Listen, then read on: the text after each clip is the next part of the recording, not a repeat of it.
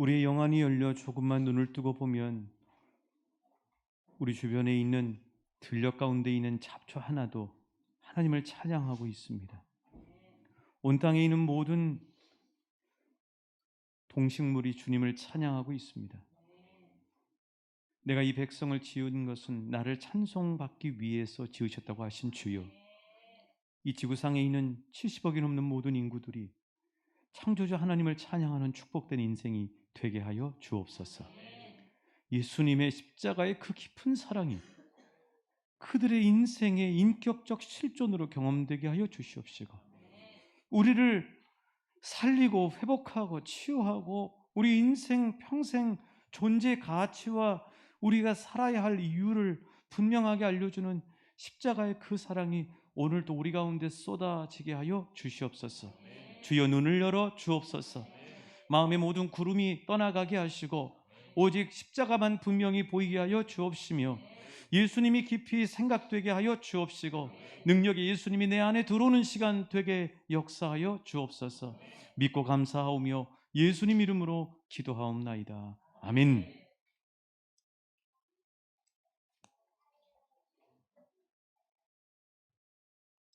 주님 이름으로 사랑하고 축복합니다. 사람은 생각하는 것에 지배를 받습니다. 그걸 생각하면 그것이 커지고 그것이 우리를 지배하게 되는 것이죠. 어떤 집에서 드럼 이렇게 이야기를 했습니다. 드럼. 그랬더니 온통 살림살이에 몰두하고 있는 주부는 드럼 세탁기를 생각하게 되겠죠. 그런데 요새 유튜브로 이 악기 드럼 치는 거에 흠뻑 빠져 있는 아들은 드럼 타마냐 야마하냐 하고 드럼 이 악기를 생각을 하게 될 것입니다. 한 주 동안 이 경무에 시달렸던 아빠는, 그런데 그 경무 중에 프린터기가 제대로 말을 안 됩니다. 드럼 했더니 프린터 드럼이 생각이 나요. 그렇습니다. 똑같은 드럼이라고 하는 단어를 써도 그 사람이 무엇에 몰두하고 있느냐에 따라서 전혀 다른 것들이 그려지게 된다고 하는 사실이죠. 오늘 요즘 저와 여러분은 무엇을 많이 생각하시고 계십니까? 지난 한 주 동안은 무엇을 가장 많이 생각하셨습니까? 아니, 지금 이 예배 시간에 무엇이 우리의 생각 속에 가장 많이 자리하고 있습니까? 예수님의 생각이 충만하시길 우리 주님의 이름으로 축복합니다. 로마서 8장 6절이 바로 이 말씀이죠. 같이 한번 읽어보실게요. 로마서 8장 6절 시작. 육신의 생각은 사망이요 영의 생각은 생명과 평안이요. 그렇습니다. 육신의 생각에 가득 붙잡혀 있으면은요, 결국은 그 영혼이 시들어지는 거죠. 그 영혼이 자꾸 죽게 되는 거예요. 그 영혼이 피폐해지는 겁니다. 그 영혼이 계속 눌리게 되는 거예요. 그 영혼이 힘을 발휘하지 못하는 것입니다. 그러나 영의 생각을 계속 하고 있습니다. 영의 생각에 우리의 생각이 붙잡혀 있으면 우리는 평안과 생명을 얻게 된다고 하는 사실입니다. 그래서 이 영의 생각에 우리가 사로잡혀야 우리가 살고 우리가 힘을 얻고 살아가는데, 그 영의 생각의 최고의 생각이 뭐냐? 이 사도 바울이 빌립보서 3장에서 이야기했죠. 내 주 예수를 아는 지식이 가장 고상하다. 예수 생각이 최고의 가치의 생각이라고 하는 사실이에요. 그 사랑하는 여러분, 이 시간에 예수의 생각에 사로잡히실 수 있기를 축복합니다. 예배당에 딱 들어올 때는 지끈지끈하게 한 주 동안 나를 힘들게 하고 나를 괴롭히고 나를 못 살게 굴었던 그런 생각들이 나를 사로잡고 있을지라도, 이 시간에 예배 자리에 와서 예수님의 보혈 안에 푹 잠겨서 예수님의 보혈로 그 모든 육의 생각들이 다 씻겨져 버리고 최고의 영의 생각인 예수 생각에 사로잡히는 이 시간 되실 수 있길 하나님은 축복하시고 계십니다. 한번 따라해 볼까요? 하나님이 말씀하십니다. 하나님이 나에게 말씀하십니다.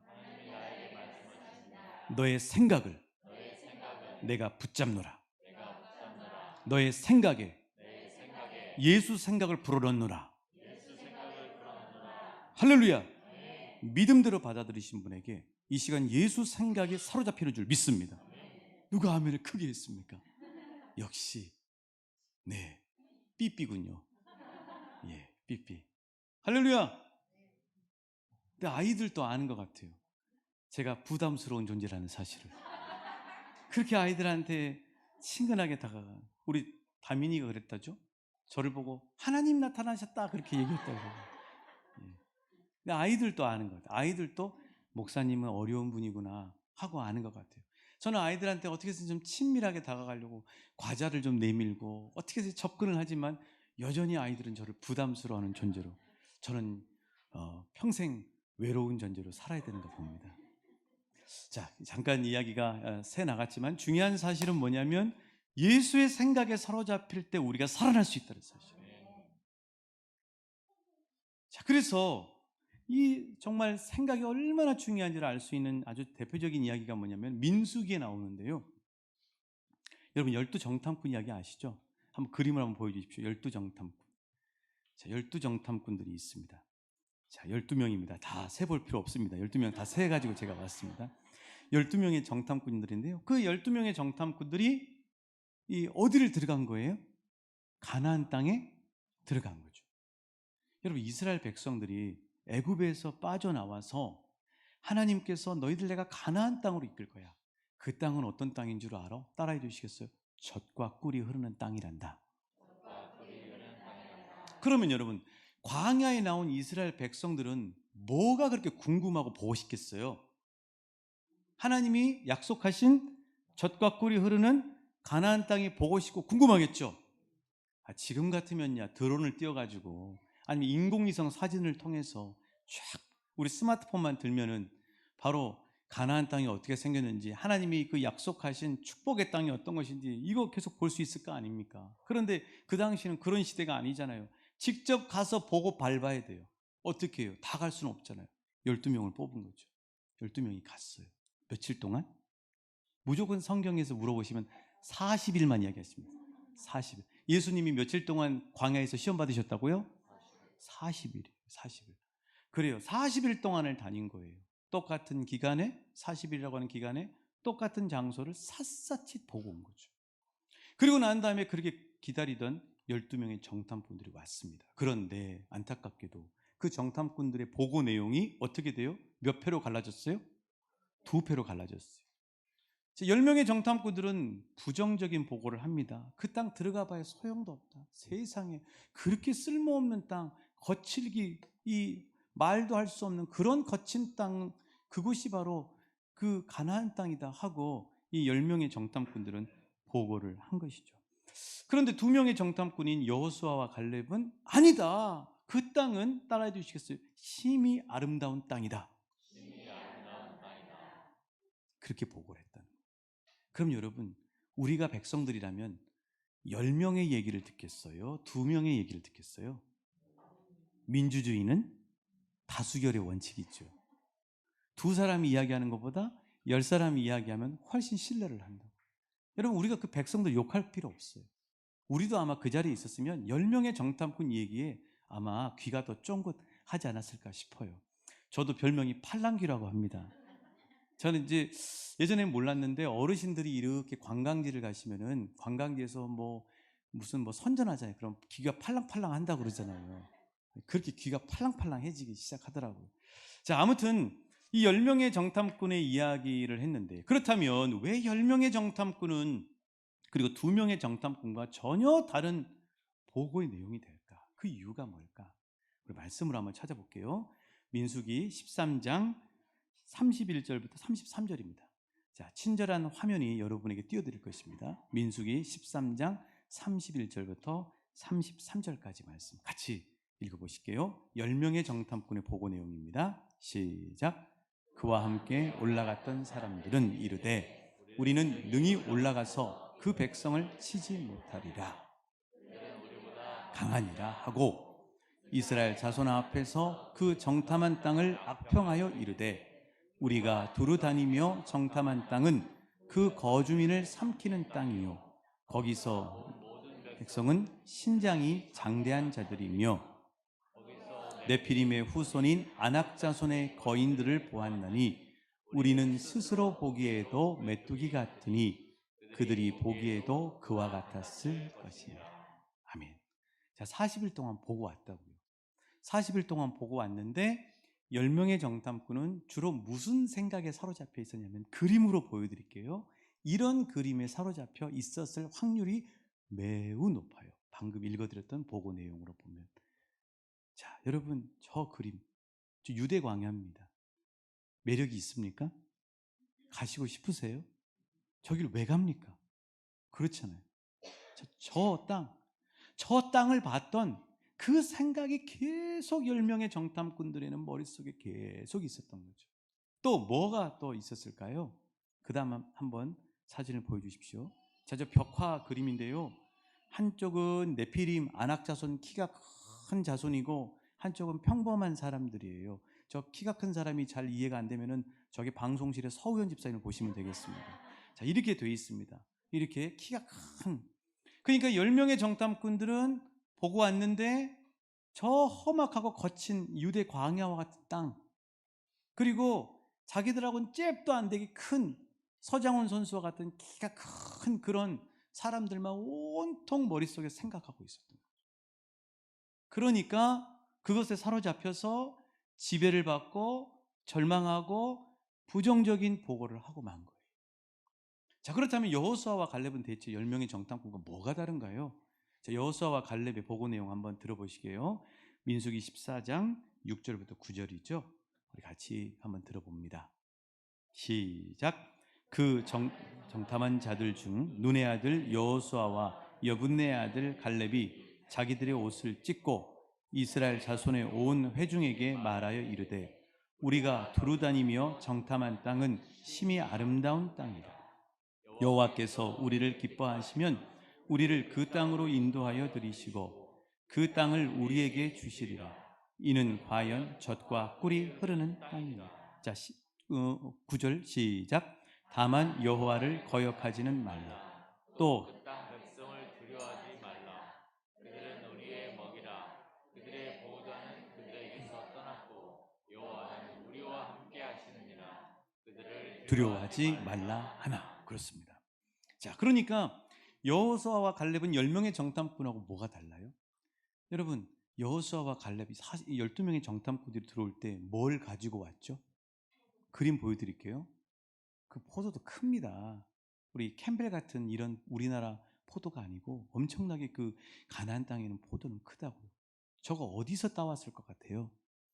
아까 10명의 정탐꾼의 머릿속에 계속 생각으로 남아있던 유대 광야에서 따왔을까요? 아니죠. 자, 그런 가나안 땅에도 이런 곳이 있었을 거라고요. 그 다음 사진 한번 보여주십시오. 푸르죠. 뭐 우리는 당연할 수 있지만 그 땅에서는 매우 소중한 땅이죠. 자, 저런 곳이 있었단 말이에요. 저런 곳에서 따왔겠죠. 광야에서 포도송이를 만들어 왔을까요? 아니잖아요. 저런 곳에서 분명히 따왔다고요. 여호수아와 갈렙은 땅을 봤는데 그 땅 중에서 저렇게 풍성한 땅을 항상 생각하고 있었던 거죠. 또 하나 생각한 존재가 있었는데 누구냐면요. 9절 말씀 다시 한번 띄워주세요. 9절 말씀. 9절 말씀입니다. 보시면 다만 여호와를 거역하지는 말라. 또 그 땅 백성을 두려워하지 말라. 그들은 우리의 먹이라. 그들의 보호자는 그들에게서 떠났고, 따라해 주시겠습니다. 여호와는 우리와 함께 하시느니라. 우리와 함께 하시느니라. 그러니까 여호수아와 갈렙의 보고 내용에 보면 하나님이 많이 나와요. 여호와께서, 여호와가 우리와 함께 하시고. 그게 뭐예요? 그 사람의 말에서 나오는 건 뭐예요? 아까 제가 말씀드렸죠? 생각하는 것으로 이해한다고. 머릿속에 많이 들어있던 생각이 입으로 나와요. 여호수아와 갈렙은 똑같은 땅을 바라보더라도 주렁주렁 포도송이를 딴 풍성한 땅을 생각하고 있었던 거죠. 또 하나는 언제나 동행하시고 함께 하시는 하나님 생각이 가득했던 거죠. 그러니까 여호와께서 우리와 함께 하십니다.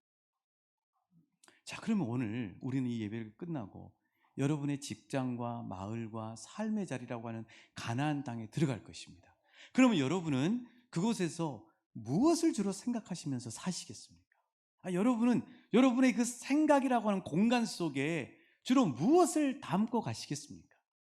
그곳에 하나님은 여호수아와 갈렙처럼 풍성하고 아름다운 것, 그리고 함께 하시겠다고 말씀하시는 하나님을 담으실 수 있기를 축복합니다. 그러면 능력 있는 삶을 살게 되는 것이죠. 그래서 요즘 일어나고 있는 그 사이코패스라든가 미국으로 이야기하면 총기 사고라든가 또 끔찍한 그런 성범죄라든가 이런 것들을 일으키는 범인들의 공통된 내용은 무엇이냐면은 자꾸 좋지 않은 것을 탐닉한다는 것입니다. 그리고 탐닉으로 끝나는 것이 아니라 몰두를 해요. 몰두를 하다가 중독이 됩니다. 자기도 몰라요. 중독된 사람은 절대 자기가 중독됐다고 얘기하잖아요. 도박 중독된 사람이 자기가 도박 중독됐다고 얘기하나요? 아니죠. 그러고 난 다음에 실행에 옮겨요. 성공하는 사람들은 어떤 사람들이냐? 예수님을 몰라도 성공하는 사람들의 공통된 건 뭐냐면 뭐 김연아 선수가 됐건 누가 됐건 성공하는 선수들, 성과를 나타내는 선수들이나 그런 사람들을 보면은 항상 좋은 것으로 마인드 컨트롤을 한다는 거죠. 이렇게 공을 던져서 홈런 맞으면 어떻게 될까 하고 두려워하면 먼저 몸이 위축이 돼가지고 공이 제대로 안 던져지는 거죠. 그런데 네가 한번 치려면 쳐봐라. 나는 너 스트라이크 아웃 잡겠다. 뭐 하고 담대하게 던지면 몸까지도 다 이완이 돼서 컨디션이 돼가지고 공이 제대로 들어간다는 사실. 중요한 건 뭐냐면 무엇을 생각 속에 담고 있고 무엇에 사로잡히며 사느냐가 매우 중요하다고 하는 사실이죠. 그럼 저와 여러분, 자, 예수 믿는 사람들은 대체 무슨 생각을 하고 살아가는 사람들이어야 되는가? 무슨 생각을 붙잡을 때 우리가 그토록 원하는 참된 평안과 하나님의 능력을 경험할 수 있는가? 오늘 말씀 히브리서 12장 1절부터 3절에 보시면 따라해 주시겠습니다. 믿음의 사람들은 예수님을 바라보고 예수님을 깊이 생각합니다. 그렇죠. 1절에 봐보세요. 허다한 증인들이 누구냐면 11장에 있는 믿음의 명예의 전당에 들어간 믿음으로 승리한 사람들 이야기합니다.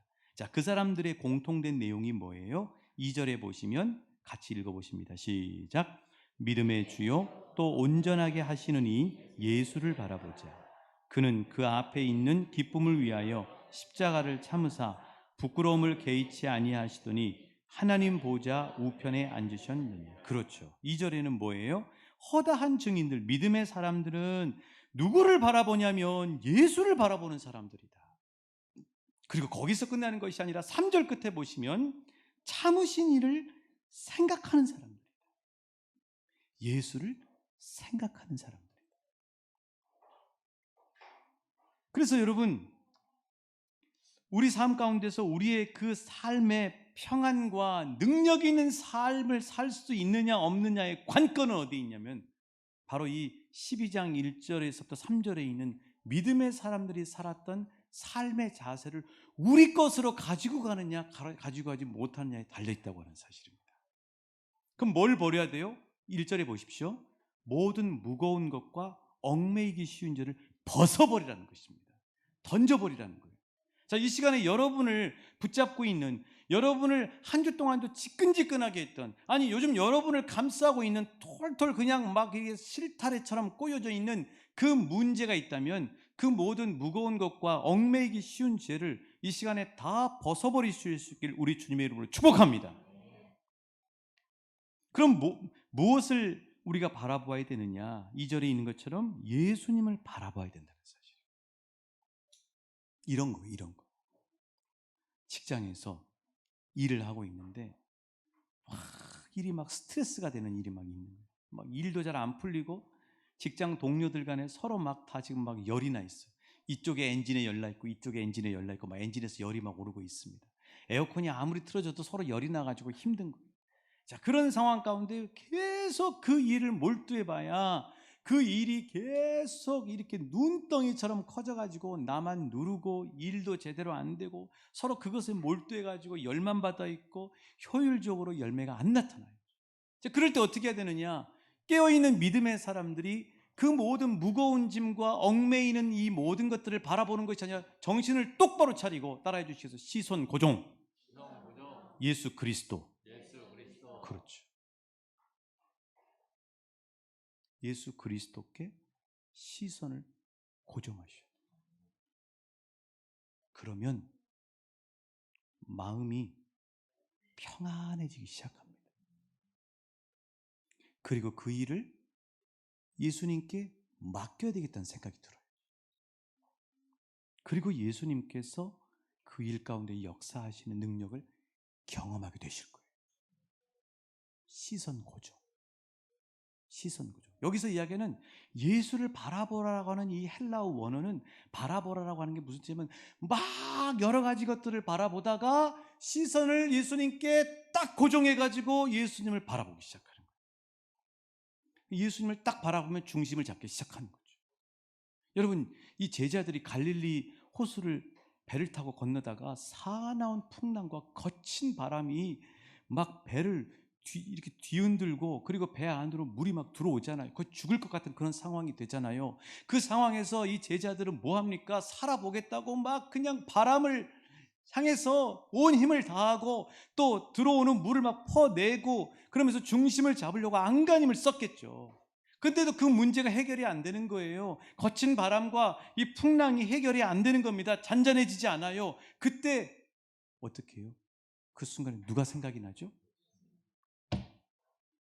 세상에 예수님이 우리 배에 같이 타고 계시는데, 예수님이 지금 내 인생의 배에 같이 타고 계시는데 하고 예수님을 바라보는 거예요. 그렇죠? 그 예수님께 가서 예수님 깨웠어요. 그랬더니 예수님께 시선을 고정했더니 예수님이 개입하시기 시작하면서 바다야, 파도야, 잠잠하라. 내니 두려워하지 말라. 하고 예수님이 그 모든 죽을 것 같던, 방금 전까지 죽을 것 같았던 모든 상황들을 잠재우시고 해결해 주시죠. 여러분, 그 은혜가 저와 여러분의 삶 가운데 날마다 넘쳐나실 수 있기를 축복합니다. 예수님께 시선 고정하는 게 중요해요. 몇 번을 고정하시는 거예요. 또 하나는 예수님께 시선을 고정하는 데서 끝나는 것이 아니라 예수님을 생각하시오. 여기 생각하다라고 하는 이 아나 로기오마이라고 하는 이 뜻은 무슨 뜻이냐면은 아나라고 하는 말은 한 가운데란 말이에요. 한 가운데에 로기오마이 생각과 사상이 들어온다는 말이에요. 그러니까 예수님을 생각한다고 하는 건 뭐냐면 예수님을 생각하는 게 왜 우리에게 능력이 있냐면 예수님을 생각하면 예수님이 우리 마음 안에 꽉 채워지기 시작하는 거죠. 그 전에는 막 우리를 괴롭혔던 그 문제, 우리에게 두려움을 줬던 그 문제, 우리를 힘들게 했던 그 사람에 대한 미움, 우리를 막 주눅들게 했던 그 모든 감정들이 우리 마음 안에 있다가 우리가 예수님께 시선을 딱 고정하고 난 다음에 예수님을 생각하기 시작하면 그 예수님이 우리 안에 가득 들어오기 시작하면서 예수님의 은혜가 그 모든 지끈지끈하게 했던 것들을 다 밖으로 흘러 빼나가게 하고 예수님이 우리 안에 가득 채워지는 역사를 경험하게 되는 것입니다. 생각하면 들어와요. 그러니까 이경훈 집사님이 박진아 집사님하고 결혼해서 살고 계시는 거죠. 그렇죠? 이경훈 집사님. 연애하실 때 진아 씨를 생각을 많이 했죠. 그러니까 내 안에 들어왔고 그리고 실행에 옮겨서 같이 이렇게 사시고 이렇게 가족을 이뤄서 사시고 계시잖아요. 생각하면 우리 안에 들어와서 우리를 지배가 되는 거예요. 그러니까 여러분 예수님의 지배를 받고 싶으십니까? 여러분의 삶의 모든, 여러분의 가정이 예수님이 지배하기를 원하십니까? 여러분의 직장의 분위기와 환경을 예수님이 지배하시길 원하십니까? 여러분이 지금 몰두하고 여러분을 괴롭히고 있는 그 문제를 예수님이 지배하시길 원하십니까? 그럼 예수님을 생각하십시오. 그러면 예수님이 내 안에 들어와요. 내 안에 들어오시는 예수님이 그것 가운데 그 예수님이 돌아가시고 난 다음에 두려움 가운데 있던 그 제자들 안에 들어가셔서 너희들에게 평강이 있을지어다. 성령을 받으라. 말씀하셨던 것처럼 예수님의 평강이 우리가 몸담고 있는 우리의 가정과 일터와 삶의 자리에 넘쳐나게 될 줄 믿습니다. 혼란이 역전되어 예수님의 평강이 지배하고 그것 가운데는 사람이 어떻게 하려고 안간힘을 써도 해결되지 않았던 일이 갈릴리 바다에서의 제자들 가운데 예수님이 그 문제에 개입하셨을 때 그 파고와 모든 것들이 잠잠해지고 해결됐던 것처럼 여러분의 직장과 삶의 자리에 예수님이 개입하셨을 때 그것이 평안해지고 예수님이 일하시는 평강과 기쁨이 넘쳐나게 되실 줄 믿습니다. 예수님을 생각하는 게 매우 중요해요. 그럼 우리 자녀들을 어떻게 하면 잘 키울 수 있느냐? 우리 자녀를 잘 키울 수 있는 복 있는 사람으로 만드는 방법을 시편 1편 1절부터 3절은 분명하게 이렇게 말씀하고 있습니다. 오늘 다음 세대 주일이잖아요. 시편 1편 1절부터 3절 같이 한번 읽어보실게요. 시작. 복 있는 사람은 악인들의 꾀를 따르지 아니하며 죄인들의 길에 서지 아니하며 오만한 자들의 자리에 앉지 아니하고 오직 여호와의 율법을 즐거워하여 주야로 묵상하라. 자, 1절 2절 그대로 두십시오. 1절 2절 보세요. 저기 원리가 뭐냐면요, 악인들은 뭐냐면은 악한 생각, 악한 꾀, 악한 생각에 사로잡힌다. 그 세상 생각, 육신의 생각 이런 것들만 계속 묵상하고 있고 그것만 바라보고 있으면 복 있는 사람의 삶을 살지 못한다는 거죠. 그럼 복 있는 삶을 사는 비결이 뭐냐? 우리 자녀들이 복 있는 인생이 될 수 있도록 하는 비결이 뭐냐? 2절에 보면 악인들의 꾀나 죄인들의 길이나 세상에서 이야기하는 오만한 자들의 그런 이야기가 아니라 하나님의 말씀인 여호와의 율법을 묵상하도록 만들라는 거예요. 이 묵상이 뭐예요? 하가 계속 생각한다는 거예요. 묵상, 하나님의 말씀을 계속 생각하면 말씀이 예수님이니까 예수님이 우리 자녀 안에 들어와 버리는 거죠. 그뿐만 아니라 인생의 순간순간의 무거운 짐과 그리고 온갖 어려운 것들이 있을 때 우리 자녀들이 예수님께 시선을 고정하도록 만들어주는 거죠. 여러분, 그렇잖아요. 그 예수님이 능력이잖아요. 여러분 믿으십니까? 빨리 끝내라고 하시는 거예요. 예수님께 시선을 고정. 그 예수님께 시선을 고정하는 것에서 끝나는 것이 아니라 예수님 묵상하셔야 돼요. 자, 한번 해볼게요. 이 시간 직접 해보시죠. 자, 여러분 이 시간 예수님께 시선 고정하십시오. 여러분 앞에 예수님은 어떤 모습입니까? 나는 너무 지금 머리가 복잡해서 예수님이 잘 안 보인다 그러면 여기 앞에 현수막에 있는 예수님을 보십시오. 시선 고정.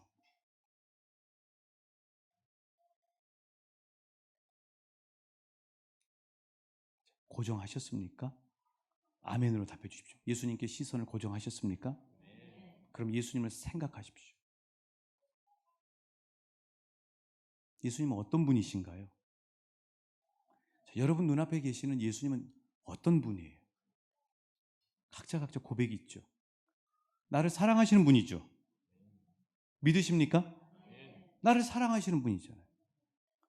나를 사랑하는 그 사랑을 십자가의 죽으심으로 증거해 보이신 분이잖아요. 또 예수님 생각하면 어떤 분이에요?